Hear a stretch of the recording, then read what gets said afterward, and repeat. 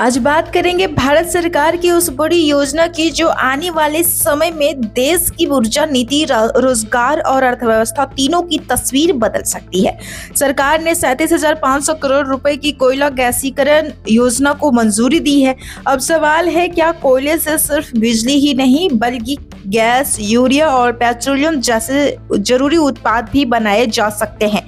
सरकार इस योजना पर इतना बड़ा दाव क्यों लगा रही है और इससे आम लोगों को क्या फायदा होगा? आइए आसान भाषा में पूरी कहानी समझते हैं। अब तक हम जानते थे कि कोयला मतलब बिजली उत्पादन, लेकिन नई तकनीक में कोयले को सीधे जलाया नहीं जाता बल्कि उसे एक खास प्रक्रिया से गैस में बदला जाता है। इसी प्रक्रिया को कहते हैं कोल गैसिफिकेशन यानी कोयला समीकरण। इससे बनने वाली गैस का इस्तेमाल कई चीजों में हो सकता है।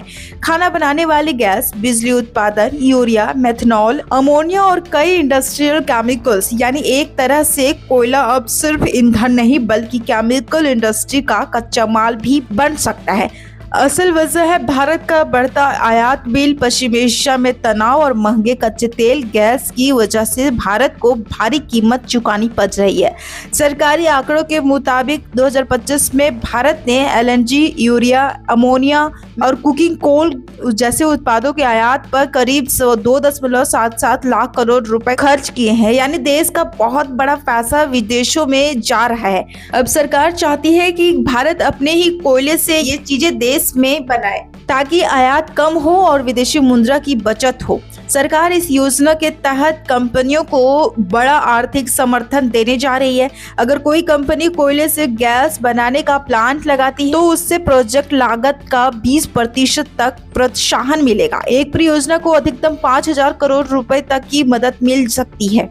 और सबसे बड़ी बात, सरकार 30 साल तक कोयला आपूर्ति की गारंटी भी देगी। यानी कंपनियों को लंबे समय तक कच्चे माल की चिंता नहीं करनी पड़ेगी। सरकार का अनुमान है कि इस योजना से 2.5 लाख करोड़ से 3 लाख करोड़ रुपए तक का निवेश आ सकता है और करीब 50,000 लोगों को सीधे रोजगार मिल सकता है। खास बात यह है कि उत्पादन प्रोजेक्ट्स कोयला उत्पादक राज्यों में लग सकते हैं, जैसे झारखंड, छत्तीसगढ़, उड़ीसा। ऐसे इलाकों में उद्योग, कारोबार और रोजगार तेजी से बढ़ सकते हैं। सरकार सिर्फ गैस बनाना नहीं चाहती बल्कि पूरी इंडस्ट्री भारत में विकसित करना चाहती है।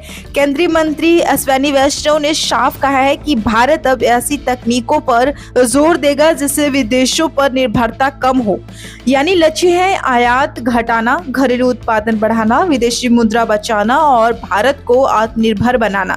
सरकार घरेलू तकनीक इस्तेमाल करने वाली कंपनियों को भी बढ़ावा देगी। इसका मतलब आने वाले समय में भारत अपनी खुद की गैसिफिकेशन टेक्नोलॉजी भी विकसित कर सकता है। हालांकि योजना बड़ी है लेकिन चुनौतियां भी कम नहीं है।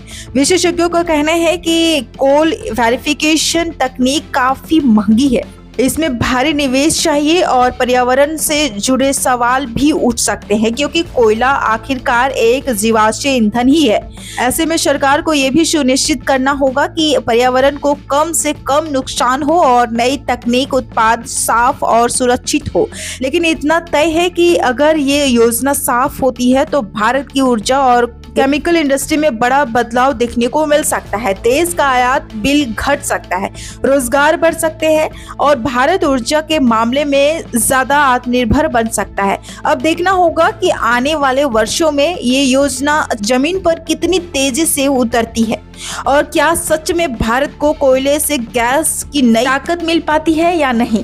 आपको क्या लगता है, क्या भारत को कोयले से गैस बनाने की दिशा में आगे बढ़ना चाहिए या फिर ज्यादा फोकस रिन्यूएबल एनर्जी पर होना चाहिए? अपनी राय हमें कमेंट में जरूर बताएं।